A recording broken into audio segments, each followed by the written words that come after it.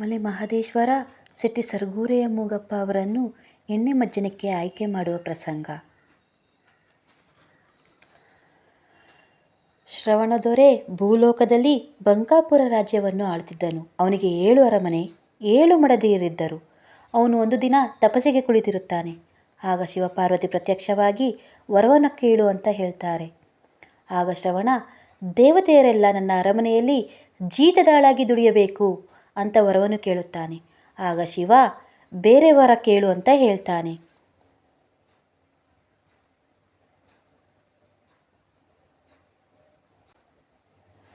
ಶ್ರವಣ, ಬೇರೆ ವರ ನನಗೆ ಬೇಡ, ನೀನು ಕೊಡುವುದಾದರೆ ಈ ವರ ಕೊಡು ಎಂದು ಹೇಳುತ್ತಾನೆ.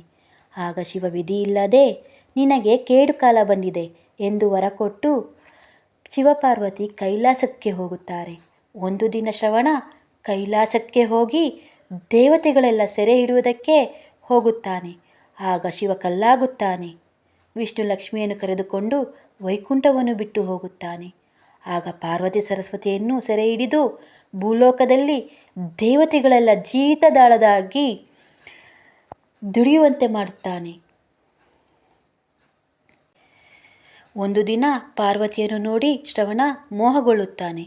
ಪಾರ್ವತಿಯನ್ನು ಪೀಡಿಸುತ್ತಾನೆ. ಆಗ ಶಿವ ಬಂದು ಕಾಪಾಡಿ ಕೈಲಾಸಕ್ಕೆ ಕರೆದುಕೊಂಡು ಹೋಗುತ್ತಾರೆ. ದೇವತೆಗಳೆಲ್ಲ ಶಿವನ ಮೊರೆ ಹೋಗಿ ಶ್ರವಣನಿಂದ ಕಾಪಾಡಲು ಕೇಳಿಕೊಳ್ಳುತ್ತಾರೆ. ಆಗ ಶಿವ ದೇವತೆಗಳಿಗೆಲ್ಲ ಊಟ ಬಡಿಸಿ ಭೂಲೋಕಕ್ಕೆ ಹೋಗುತ್ತೇನೆಂದು ಹೇಳ್ತಾನೆ. ದೇವತೆಗಳೆಲ್ಲ ಊಟ ಬಡಿಸುವಾಗ ಒಬ್ಬ ಜಂಗಮ ಊಟಕ್ಕೆ ಉಪ್ಪು ಇಲ್ಲ ಎಂದು ಹೇಳುತ್ತಾನೆ.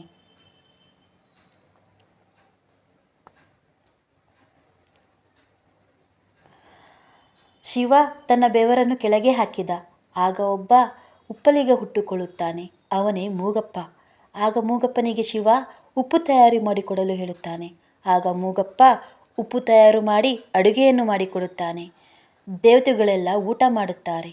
ಆಗ ಶಿವ ಭೂಲೋಕಕ್ಕೆ ಹೋಗುವಾಗ ಮೂಗಪ್ಪನನ್ನು ನೋಡಿ ಬೇಜಾರಾಗಿರುವುದನ್ನು ನೋಡುತ್ತಾರೆ. ಆಗ ಶಿವ ಮೂಗಪ್ಪನಿಗೆ ಭೂಲೋಕದಲ್ಲಿ ಅಂದರೆ ಕಲಿಯುಗದಲ್ಲಿ ಎಣ್ಣೆ ಮಜ್ಜನಕ್ಕೆ ತಮ್ಮ ಒಕ್ಕಲು ಮಾಡಿಕೊಳ್ಳುತ್ತೇನೆಂದು ಹೇಳಿ ಭೂಲೋಕಕ್ಕೆ ಹೋಗುತ್ತಾರೆ. ಶ್ರವಣನನ್ನು ಕೊಲ್ಲುವುದಕ್ಕಾಗಿ ಭೂಲೋಕದಲ್ಲಿ ಶಿವ ಉತ್ತರಾಜಮ್ಮ ಚಂದ್ರಶೇಖರ ಮೂರ್ತಿಯವರ ಮಗನಾಗಿ ಮಲೆ ಮಹದೇಶ್ವರನಾಗಿ ಹುಟ್ಟುತ್ತಾರೆ. ಇತ್ತ ಸರ್ಗೂರಿನಲ್ಲಿ ಸರ್ಗೂರಪ್ಪ ಗೌರಮ್ಮನ 7 ಮಕ್ಕಳಲ್ಲಿ ಕಿರಿಯ ಮಗನಾಗಿ ಶೆಟ್ಟಿ ಸರ್ಗೂರೆಯ ಮೂಗಪ್ಪ ಅವರು ಹುಟ್ಟುತ್ತಾರೆ. ಮಲೆ ಮಹದೇಶ್ವರ ಬೆಳೆದ ಮೇಲೆ ಶ್ರವಣನನ್ನು ಕೊಂದು ಏಳುಮಲೆಯಲ್ಲಿ ನೆಲೆಸುವಾಗ ಮಲೆ ಮಹದೇಶ್ವರ ಬೇಡರ ಕಣ್ಣಯ್ಯ ಮತ್ತೆ ಸಂಕಮ್ಮನ ಮಕ್ಕಳಾದ ಕಾರಯ್ಯ ಬೀಳ್ಳಯ್ಯನವರನ್ನು ಕರೆದು, ಕೇಳಿ ಕೇಳಿ ನನ್ನ ಕಂದಗಳೇ, ನಾನು ಕೈಲಾಸದಲ್ಲಿ ಬಂದು ನೆಲೆಸಿ ಇಂದಿಗೆ 24 ವರ್ಷಗಳಾದವು.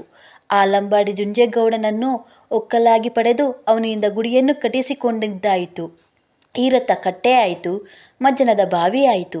24 ವರ್ಷದಿಂದ ಕಂದಗಳೇ, ಎಣ್ಣೆಯಲ್ಲಿ ಮಜ್ಜನವಿಲ್ಲ, ಎಳರೆ ನೀರಿನಲ್ಲಿ ಮಜ್ಜನವಿಲ್ಲ, ಹಾಲಿನಲ್ಲಿ ಮಜ್ಜನವಿಲ್ಲ.